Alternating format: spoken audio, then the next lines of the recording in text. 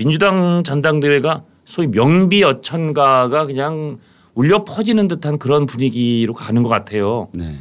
정해진 것이죠. 왜냐하면 이재명 대표가 지금 선위, 양위 예. 그거는 똑같은 것 같아요. 예. 왜 그 선조도 광해군한테 예. 제가 기억하기엔 15번인가를 내가 물려줄 거야. 예. 물려줄 거야. 나 안 해. 예. 나 이제 힘들어. 라고 했다가 많은 사람들을 사실 걸러냈죠. 예. 왜냐하면 내가 이제 이 임금의 자리를 물려준다고 했을 때 아유 그래요. 그러시지요. 너무 힘드셨어요. 하고 그거를 받아들인 신하는 전부 다 예. 숙청당했거든요.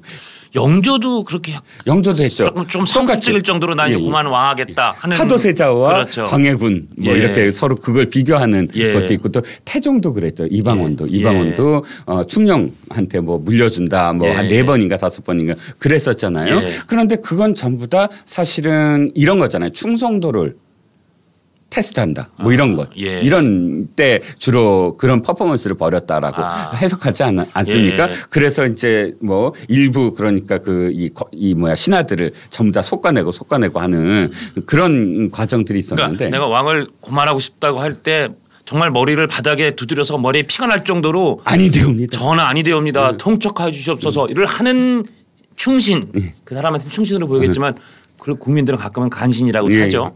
과 비교적 합리적으로 그러면 이쯤 되면 양위하시는 것도 맞는 것 같습니다 하는 사람을 이 왕은 쟤는 속간해야 될 신하 사실은 그게 일반 백성과 국민의 눈으로 봐서는 오히려 그 사람이 충신일 수도 있는데 속간에는 그런 계기로 삼는다는 거잖아요. 그렇죠. 선조도 영의정 정모 영의정이었는데 정씨였는데 어쨌든 영의정이 지금 진짜 세자가 괜찮은 영민하시다. 예. 지금 왕께서 너무 고단하고 힘드시고 건강에 염려가 되니까 왕이 선위하시는 것도 지금 나쁘지 않다라고 예. 했다가 그대로 나중에 귀양됐습니다. 그런데 지금 왜 이 말씀을 드리냐면 비명 행사하고 있으니까요. 그렇죠. 예. 딱 그런 느낌이에요. 예. 이미 비명 행사는 저질러졌지만 목소리가 명비어천가가 왜 나오냐면 돌아오세요. 하는 말. 그게 딱 아이고 석고대죄 하겠습니다. 저희가 잘못했습니다. 철회하시고 왕위에 다시 굳건하게 왕위를 지키십시오. 라는 말과 똑같이 들리거든요. 그렇게 들립니다. 돌아오십시오. 오늘 조선일보 사설도 그거잖아요. 돌아와 달라라는 말을 듣는 이재명의 리더십 뭐 이런 구절이었는데 돌아와 달라라는 말이 딱 저는 그 석고대죄하는 이 양위 선위를 반대하는 신하들의 충성 경쟁으로 보는 것 같단 말씀이죠. 보였어요. 왜냐하면 서로 이 수사가 레토릭이 너무너무 막 멋있어요. 막 진짜 긴 문장으로 누가 더 긴 문장으로 찬양의 말을 더 감동스럽게 하냐. 물론 제가 느끼는 거지만 저는 그 경쟁으로 보이거든요. 그러니까 여기 보면 검찰 독재 정권이 지배하고도 무도한 정치적 탄압에 굴하지 않고 당당하게 맞서며 뛰어난 리더십으로 압승을 거두어 이끌었고 힘든 내색 않고 늘 털털 오는 모습에 마음이 짠하다라든지 국민들을 굉장히 많이 닮은 정치적인 길을 걸어온 사람이 이재명이라는 사람라든지 민주당 김대중 대통령은 이처럼 독재 권력의 핍박과 공격을 당한 정치인이 없다든지 이재명 시대 개막을 위한 민주당 최고의 기적을 만들고 싶다라든지 정말 근데 이런 얘기들이 저는 얼마 전에 저번 총선 과정에서는 다 기억하시던데 차은호보다 더 잘생겼다라든지 또 얼마 전에는 이재명 대표가 너무 착해 나보다도 더 착해 난 이 말씀 무슨 뜻인지 모르겠는데 그리고 민주당의 아버지라는 활용점장까지 불러일으킨 이런 이 과도한 명비어천가의 경쟁이 중국적으로 이재명 대표의 대선거에 대해 도움이 될까요? 아니 독이 될 수밖에 없지 않겠습니까? 독이 될 수 있지 않을까요? 그러니까. 지금 민주당이 이렇게까지 갈 거라고 생각이 안 들었던 게 이재명의 아버지가 저는 마지막 정점이라고 봤어요. 임계점이라고 안에서도. 민주당의 아버지라고. 아버지라고. 왜냐하면 그때 어쨌든 그 표현 이후에 거의 모든 언론이 그러니까요. 어쨌든 다 비판 기사 거의 다 쓰고요. 그렇죠. 진영이랑 별개로 그리고 영남 유림까지 또다시 나서지 않았습니까? 그건 말이 안 된다고. 그렇다면 이런 분위기인데 이전에 이런 말들이 나왔으면 아 이거 뭐 이런 분위기였겠구나. 그런데 아니에요.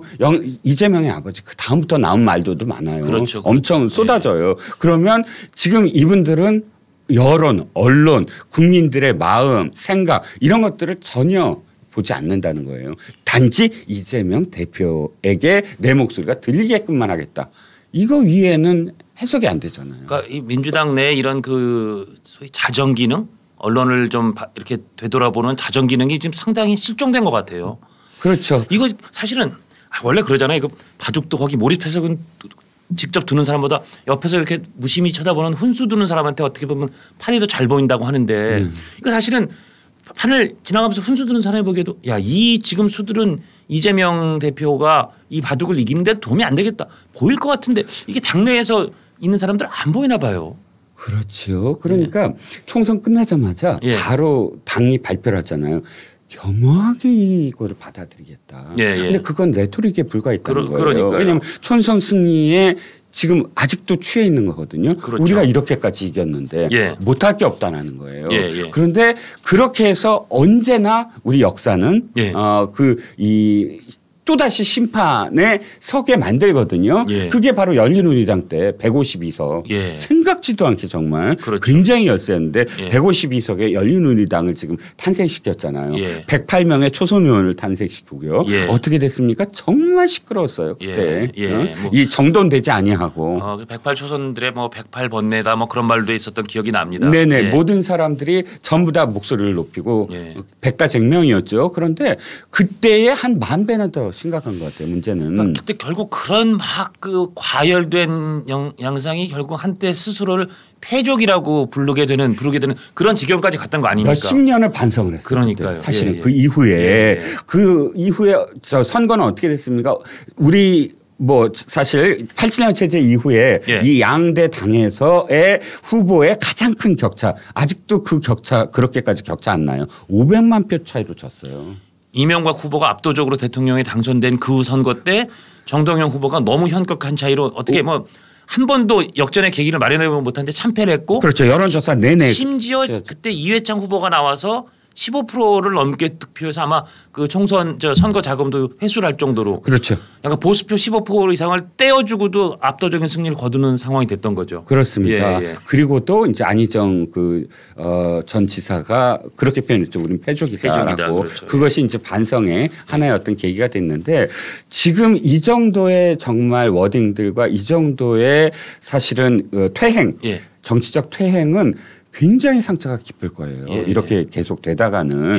그리고 거기에 또 한 가지 문제는 이렇게 될 수 있어요. 하지만 이 당의 가장 큰 문제는 이게 문제다라는 목소리를 낼 수 있는 사람이 아무도 없다는 게 가장 큰 비극이에요. 이게 문제다. 그나마 그래도 이제 그 소위 그 친명계 쪽에 뭐 좌장격이라고 불리는 정성호 의원이 이런 얘기를 오늘 했습니다. 그 후보자 이 최고위원 출마 후보자들이 명비어천가를 부른다는 정치권의 비판에 대해서 저도 별로 좋아 보이지 않았다라고는 했어요.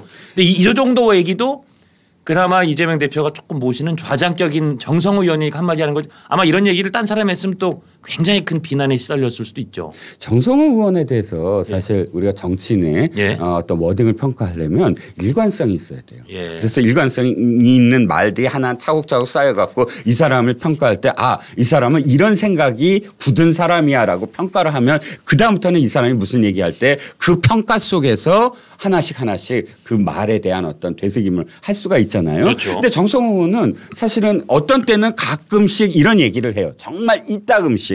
그런데 이게 일관성이 있으려면 확실하게 이재명 대표한테 이거는 잘못됐다라고 이야기한다거나 아니면 SNS를 통해서 이러이러한 과정들은 우리가 잘못했다라고 고해를 한다거나 이런 태도가 아니라 최근에 한 말이 뭡니까? 일극체제라고 비판하지만 일극체제 아닙니다.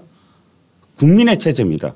이런 식으로 얘기를 해요. 그러니까 이 좀 전에 그런 표현들이 평가를 받을 수가 있을까요? 저는 차곡차곡 어떤 생각으로 이야기하는 사람이냐라는 걸 아직은 깨닫지 못하겠어요. 그냥 그 정도니까 진정성의 무게감이 잘 안 느껴진다. 진정성이 없게 느껴진다는 거예요. 그러니까 그냥 한마디 정도 혹시 모르니까 툭 던져놓는 느낌밖에 안 든단 말이죠. 그러니까 최대한 어떤 스펀지 같이 아이 너무 심하지 않아? 정도로 해서 자신의 역할이 거기에 머무르는 듯한 느낌. 그래서 워낙 지금 연비어천가가 뭐 그냥 울려 퍼지고 있고 심지어 지금 이 당대표의 그 대항마로 나올 사람이 잘 안 보인다는 말까지 있잖아요. 그러다 보니까 재선이 워낙 확실해 보이니까 지역 순회 경선 대신 그냥 원샷으로 경선을 한다. 이게 그만큼 흥행이 영 안 될 것 같으니까 그런 거 아니겠어요? 아니 그런데 기사를 뜯어 보니까 자 지역 순회 다 흥행이 안 되니까 그냥 서울에서만 딱 한 번 하겠다 이 얘기로 나는 읽었거든요. 그게 아니에요? 그게 아니에요. 끝까지 기사를 읽었더니 맨 끝에 원샷을 왜 붙였냐면 지역 순회는 하되 저기를 안 하겠다. 발표를 안 하겠다. 발표는 마지막에 한 번만 하겠다. 발표할 때마다 뭐 일단 82대 10 83대 아니요. 95대 5. 지금 그런 분위기예요? 아니 99대 1 이렇게 될 걸요? 그 정도 분위기 없잖아요. 추대 분위기인데요, 뭐. 그러니까 지역은 도는데 그 발표를 할 때마다 이재명 대표의 너무 과도한 압승 하는 게 뻔하니까 도움이 되겠냐 그거군요. 그러니까 발표를 한 번 하겠다. 맨 마지막 기사가 그렇더라고요. 그래서 이게 뭔 눈 가리고 아웅이냐. 이게 뭔 원샷이고. 아예 그러려면 왜 돈 들여서 하느냐. 아예 안 하고 그냥 추대 옥립 뭐 이런 걸로 끝내는 게 낫지. 이 정도 되면 정말 옛날 우리 정당에서 총재라고 불렸던 1인자와 그 밑에서 원내 신부로 말하는 원내 총무가 있던 시절로 이제 정말 민주당은 돌아가는 것 같아요. 아니요.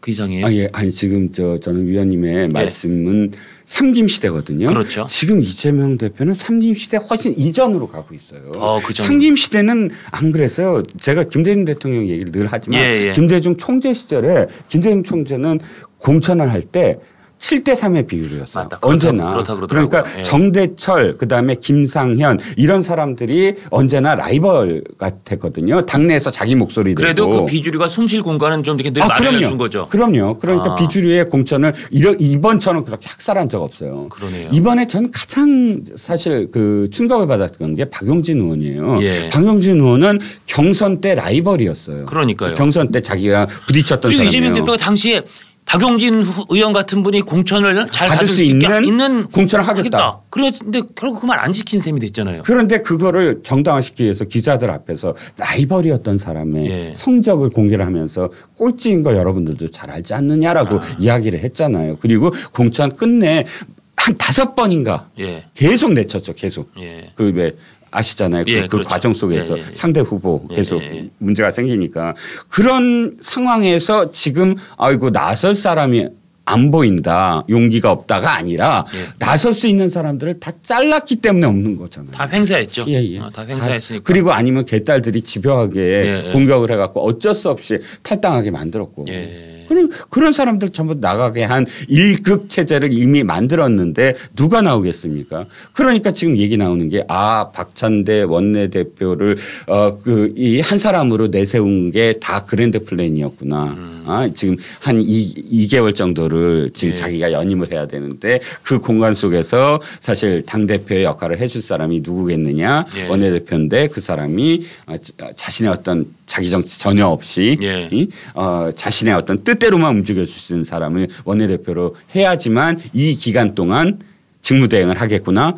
이렇게 생각하고 박찬대를 이미 그때 박찬대 후보 원내대표를 세운 게 아니냐. 그렇게 이야기가 나오고 있는 거죠. 이재명 대표 여기 코 위엔 거 묻은 거 이렇게 닦아준 그분 맞죠? 박찬대 원내대표가. 뭐를 후벼줬다거나 뭐를 빼줬다거나. 그건 아니고 같은 거 묻은 걸 닦아줬다. 묻은 거를 닦아줬다라는. 사실 그건 정말 그 주군에 대한 어마어마한 충성과 어마어마한 그 이 세심한 이 배려와 관찰이 없이는 일어나기 힘든 서비스잖아요. 저는 그냥 애정이라고. 애정입니다. 넘어가죠. 애정. 알겠습니다. 애정 정도로.